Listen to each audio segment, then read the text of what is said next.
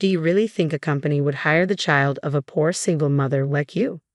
My goal was to work at the same bank where my father worked, but during my final interview, the notorious demon instructor said this to me. It was clear he looked down on me for coming from a single mother household and had no intention of hiring me. I struggled to keep my composure as the interview worsened.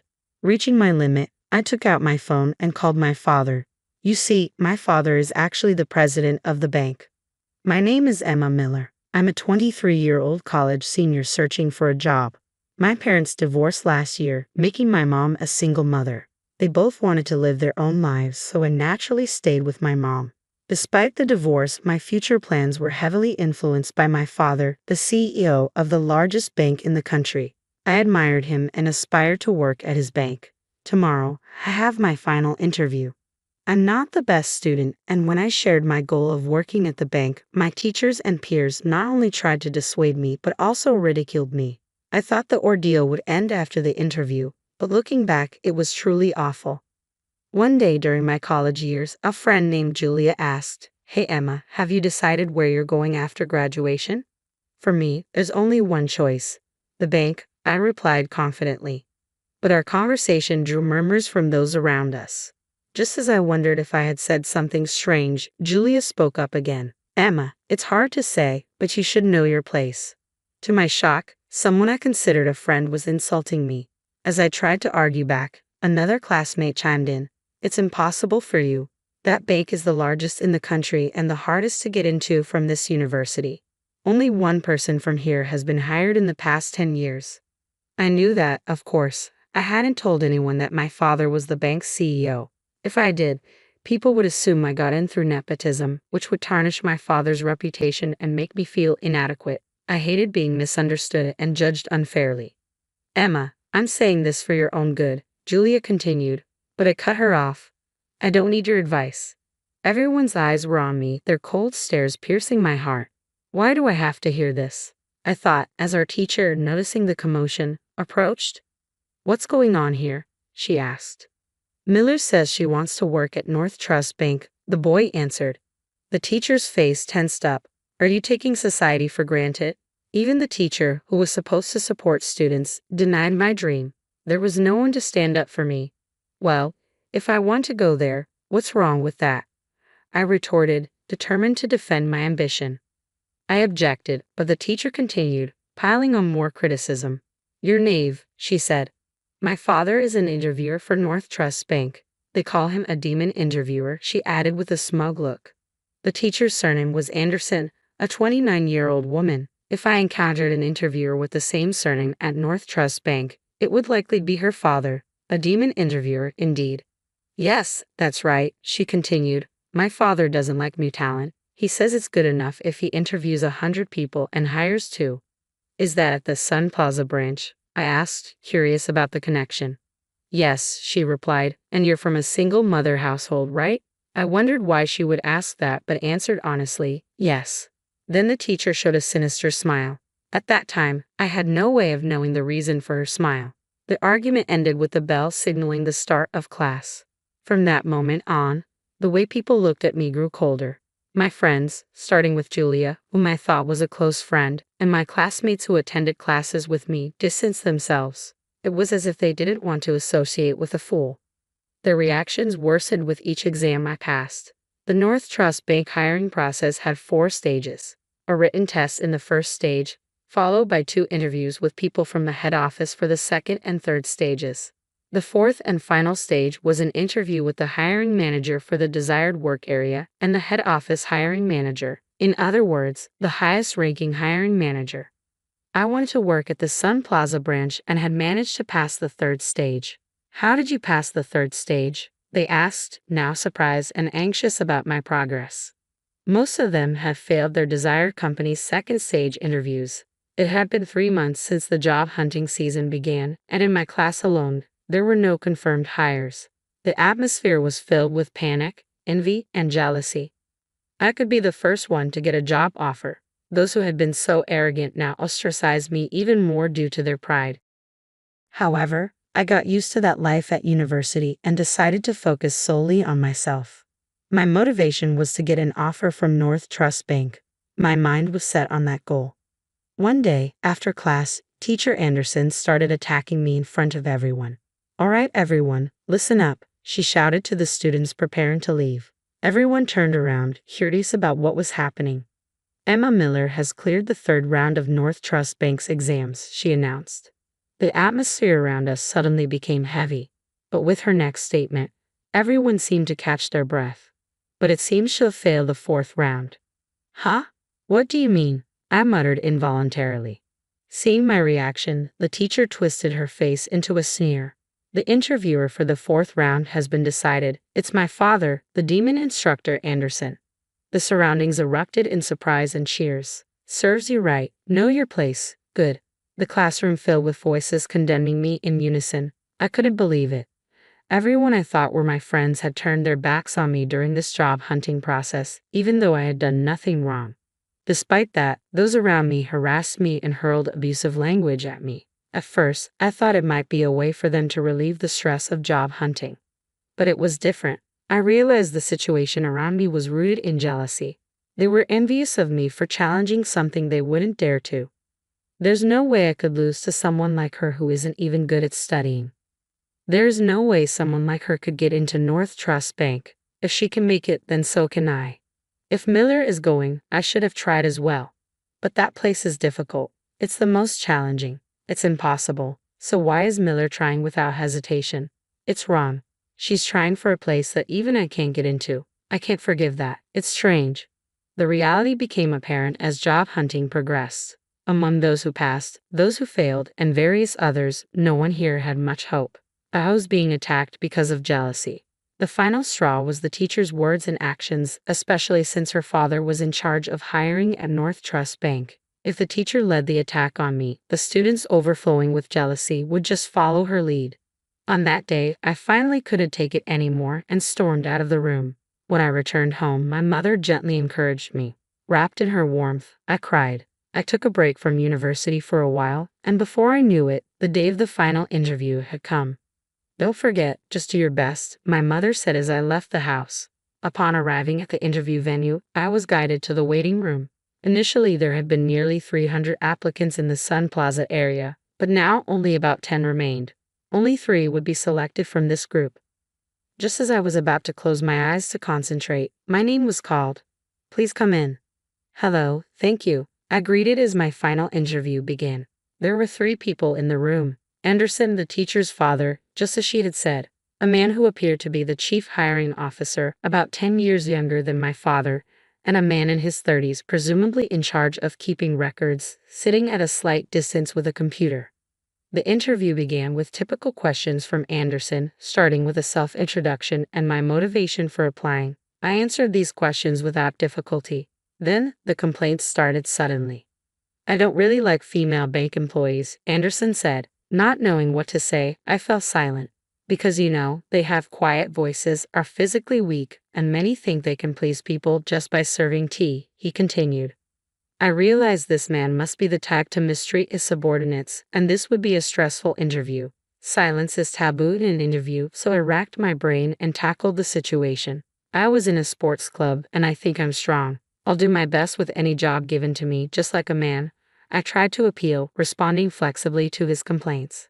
However, he didn't find it amusing and clicked his tongue, directing his gaze toward the papers in his hand. I felt something was off at this point. This interview was clearly going too far, yet the chief hiring officer, who should have been higher ranking than Anderson, said nothing. Upon closer observation, the chief hiring officer looked younger than Anderson. Maybe Anderson was pressuring him too. That's what I thought, but there was nothing I could do about it. I could only sit quietly and endure the interview. After a brief silence, Anderson spoke again. It seemed he would be in charge of the entire interview. "You seem to come from a single-mother household, am I wrong?" he asked, probably looking at the documents I submitted from the university. They included my address and family composition. "Yes, my parents divorced, and now I live with my mother," I replied. As soon as he heard my words, Anderson began to laugh, his sinister smile echoing through the room. "I see you're from a single-mother household. What business does a poor person have here?" He blatantly changed his attitude. As the teacher's sinister smile crossed my mind, I began to sweat. I struggled to find the correct response and began to feel anxious, but it was Anderson who started talking first. Do you think there's a company that would hire someone from a poor single-parent family like you? He mocked. Huh? Just because I'm from a single-parent family, I won't be hired. You're going to assume I'm poor.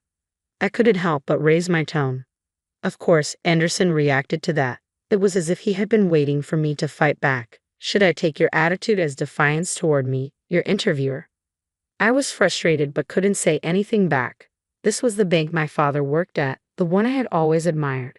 I didn't want to lose because of this one man, but I didn't know what to say in return. Why don't you say something? Anderson further pressured me. The moment I heard those words, something inside me snapped. My consciousness fell swiftly, and I became incredibly calm to the point where I couldn't believe it myself. Understood, I said. Anderson seemed puzzled by my response. While staring at him, I stood up from the hard metal chair. Hey, what's with you suddenly standing up? He asked. Finally, another person spoke. Have you been sitting the whole time? You've finally gone mad, huh? What do you plan to do? I know about you because I've heard from my daughter, Anderson said, revealing that the teacher had shared information about me. Is this not a leak of information? I thought, but it didn't matter now. I took my phone out of my bag and suddenly started making a call. What are you doing? Making a phone call? Are you mocking this interview? Stop it now, or I'll reject you right here. Anderson threatened me, but I wasn't fazed at all. I spoke into the phone. Hello, Dad. Your father is here. What can a person from a single-parent family do, clinging to their separated father?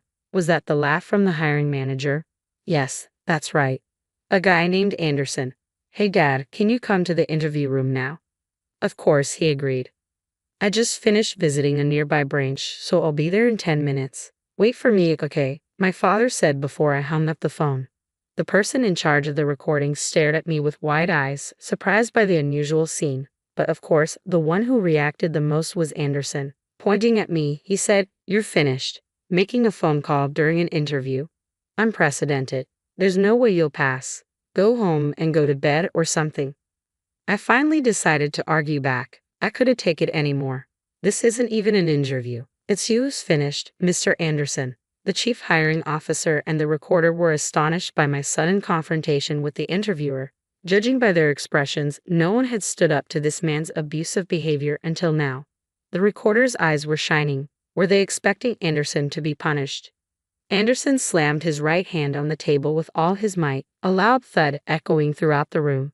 The men were surprised, but I didn't flinch. Brian Wilson, you know him, right? I asked. For a moment, Anderson looked as if I had hit a nerve. He immediately countered, Are you mocking me? There's no way anyone wouldn't know the president of this bank.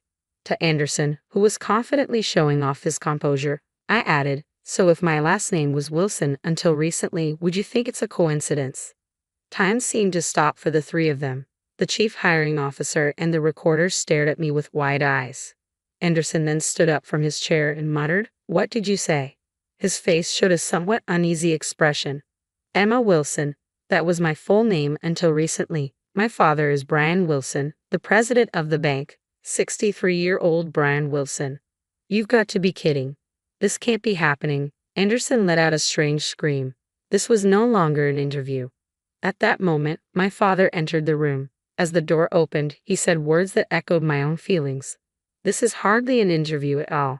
Mr. Wilson, thank you for your hard work, the two men said, standing up to greet my father as soon as they saw him enter. I looked at my father and felt the extraordinary presence he commanded. The president of the bank stood before us, and Anderson's face turned pale. His mouth hung open in shock. My father then spoke to him. Hey, Anderson, what were you doing to my daughter, huh? My father was a big man who had practiced judo. With his shaved head and a scar on his forehead, he looked intimidating. His deep, resonant voice was one that everyone found frightening, even the once confident Anderson. "Why, yes, sir," Anderson squeaked out, unable to maintain his composure. "I don't want to hear your excuses." My father cut him off. He then turned to the man who appeared to be the chief hiring officer. It was the first time I learned his name, Green, from the nameplate that had been bent and hard to read. "Green, aren't you the chief hiring officer? Have you let this tyrant run wild until now?" my father demanded. I'm very sorry, Green replied, bending at a 90-degree angle and bowing. The young clerk in the room looked terrified, even though he had done nothing wrong. He was drenched in sweat. Hey, clerk, what's your name? My father called out in a gentle voice, which only made it more terrifying. My name is Harris. Mr. Harris, can you send today's interview record to my PC? You're also recording the audio, right? My father asked. I later learned that this bank's interviews were not only transcribed but also recorded as a backup. Thanks to that, Anderson's misconduct was exposed, and he was punished. Anderson was trembling, like a frog stared down by a snake. Hey, Anderson. Yes, what is it? Anderson stammered, his voice barely a whisper. He was a completely different person from earlier. Apologize to my daughter. It's not because she's my daughter, okay? You've trampled on the feelings of young people who want to join this bank, my father commanded. At my father's words, Anderson bowed deeply and apologized. Sorry. But I couldn't forgive him, even after seeing that. Dad, I can't forgive him, I said firmly. When I murmured, weakly, my father nodded in understanding. Walking up to Anderson, he seemed like a lion about to hunt a small animal. Do you know what will happen to you if you do something like this, Anderson? My father's pressure made Anderson freeze. You didn't just do this to my daughter, right? We'll see later in the records. But how many victims have you had besides her? No one could intervene in this interrogation-like scene. Even I, his daughter, could barely watch in silence, feeling disgusted. Anderson began to speak to my father, sweat pouring down his face. At least over 100 people, he admitted. I was shocked to hear that he had done the same thing to more than 100 people. Furthermore, the fact that he was left unchecked made me doubt the hiring practices of this company. I felt distrustful, even though it was my father's company. Hey, Green, my father called out. Yes. I'm busy with overseas projects, so I trusted you and left the hiring to you. Well, this is my mistake in choosing people. It's my fault that it ended up like this. So I'll take responsibility and reform personnel so there won't be any more victims like this. You two should be prepared for punishment, okay? And Anderson, I'll never forgive you. Anderson gasped, frightened. My father continued, I plan to gather all the victims and create a victims group. I'll bravely make it public in the media. I'm prepared to face any consequences, so you should be prepared too, right? Hearing this, Anderson collapsed on the spot as if he had lost his sanity. My father moved away from him and opened a window. Oxygen returned to the tense room. Everyone had seemingly forgotten to breathe. And so, my job interview ended. By the way, I passed. It wasn't due to my father's favoritism. It was apparently the result of a discussion among hiring managers from all areas based on the recorded audio. As a result, the hiring decisions of those who were rejected by Anderson were also reconsidered. The news broke the next day, and my father bowed in front of the media. Many people were impressed by his attitude, and he continued as the bank president. On the other hand, Green, who had been the chief hiring officer, voluntarily resigned, and Anderson was sued by the company and the victims group. Anderson, whose past tyranny was gradually exposed, was arrested for defamation. Meanwhile, at the university, the teacher with a forced smile congratulated me in front of everyone. At that moment, my father and the principal appeared in the classroom. Miss Anderson, this is Brian Wilson, the president of North Trust Bank, the principal introduced. Oh yes, Miss Anderson replied, her expression faltering. I've seen him on TV, so I know who he is, Emma Miller's father. What? What did you say? I added to the surprise of the teacher's words. He's my mother's ex-husband and my father. My words caused a stir in the class. Humans have a tendency to flatter those with power. When they realized I was the daughter of the bank's top executive, everyone in the classroom became agitated. It was as if they had wished they had been friendlier to me. Miss Miller's father is the president of North Trust Bank, the teacher said upon learning the truth, becoming an empty shell. The principal then addressed the teacher. This school is able to operate thanks to the support of Mr. Wilson's bank. But it seems you've been bad-mouthing Mr. Wilson's daughter along with the rest of the class, haven't you? Well, that is never mind the excuses. Tell me only the truth. Is it a fact? Pressed by the dean, the teacher finally hung her head and admitted, yes. Mr. Wilson wants to discontinue support for this school. If those who harassed Miss Miller voluntarily leave the school, he says the support will continue. What will you do? The choice was clear to me as I listened. The teachers seemed to understand as well and ultimately resigned from the school, effective immediately. As they left, they apologized to me, but their voices were so quiet that I couldn't make it out. In the end, more than half of the classmates who had attacked me together withdrew voluntarily from the school. When my father said those who don't come forward before my daughter names the culprits will be considered for legal action, one by one they confessed. Given the power on display, it was a natural outcome. Ultimately, those people escaped legal action, but their enrollment in the university was not recognized. With my father's help, I secured a job offer, and my path after graduation was set. All that's left is to do my best for the remainder of my college life. My life is just beginning. I vowed in my heart to do my best to someday become an exemplary banker like my father.